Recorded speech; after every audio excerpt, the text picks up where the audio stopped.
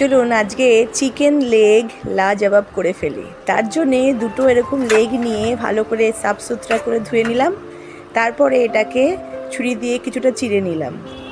দুপ্রান্তেই দুপাশে এরকমভাবে একইভাবে দুবার কি তিনবার করে চিড়ে নেব।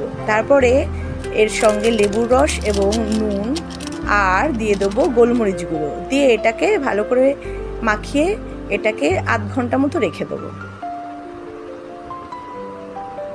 দেখুন আমি ভালো করে মাখিয়ে নিচ্ছি। এরপরে আমি একটা মশলা বানিয়ে নেব। তার জন্য ওই 5-6টা মতো পেঁয়াজ আর 15-20টা মতো রসুন আর দিয়ে দেবো 5-6টা মতো কাঁচা লঙ্কা, অল্প গোলমরিচ এবং দুটো শুকনো লঙ্কা। যার যেরকম ঝাল প্রয়োজন সেই অনুযায়ী কম বেশি করে নেবেন। এই পেস্টটা আমি একটু বেশি করে বানিয়ে রেখে দিলাম। এরপরে সেই যে ম্যারিনেট করা চিকেনটা রেখেছিলাম ওর মধ্যে হলুদ, কাশ্মীরি লঙ্কা মিশিয়ে আমি ছাঁকা তেলে ভালো করে ভেজে দেবো। এবার ওই পেস্টটা থেকে অর্ধেক পেস্ট আমি ওই পাত্রে নিয়ে নেবো এবং ওর সঙ্গে আরও একটু কাশ্মীরি লঙ্কা এবং হলুদ আর দিয়ে দেবো পরিমাণ মতো মিট মশলা।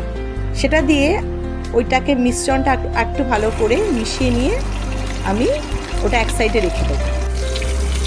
এদিকে লাল লাল করে আমার লেগ পিসগুলো ভাজা হয়ে গেছে। সেই তেল থেকে তুলে ওই সরাসরি দিয়ে দিলাম ওই পেস্টের মধ্যে।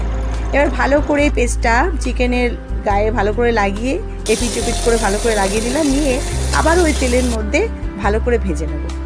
তারপরে সেই যে পেস্টটা মানে যেটার মধ্যে আমি মাখিয়েছিলাম সেই পেস্টটা ওই কড়াইয়ের মধ্যে ঢেলে দেবো। আর ওদিকে আর একটা মিশ্রণ আমি বানিয়ে নেব। তার জন্যে 2 চামচ টমেটো সস, 1 চামচ রেড চিলি সস এবং 1 চামচ সয়া সস দিয়ে একটা গাঢ় পেস্ট বানিয়ে নিলাম। এবং মশলা থেকে যখন তেল ছাড়তে শুরু করলো তখন ওই মিশ্রণটা দিয়ে দিলাম। দিয়ে আরও বেশ কিছুক্ষণ কষিয়ে নিয়ে একটু যখন মাখা মাখা হয়ে আসবে, হয়ে গেল চিকেন লাজবাব। সবাই কিন্তু বানিয়ে দেখবেন কেমন লাগলো। নমস্কার।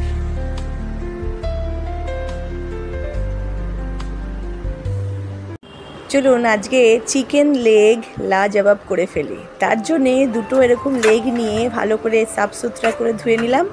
তারপরে এটাকে ছুরি দিয়ে কিছুটা চিড়ে নিলাম।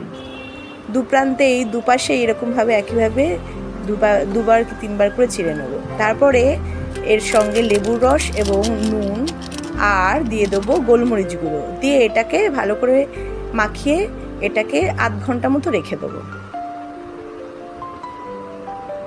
দেখুন আমি ভালো করে মাখিয়ে নিচ্ছি।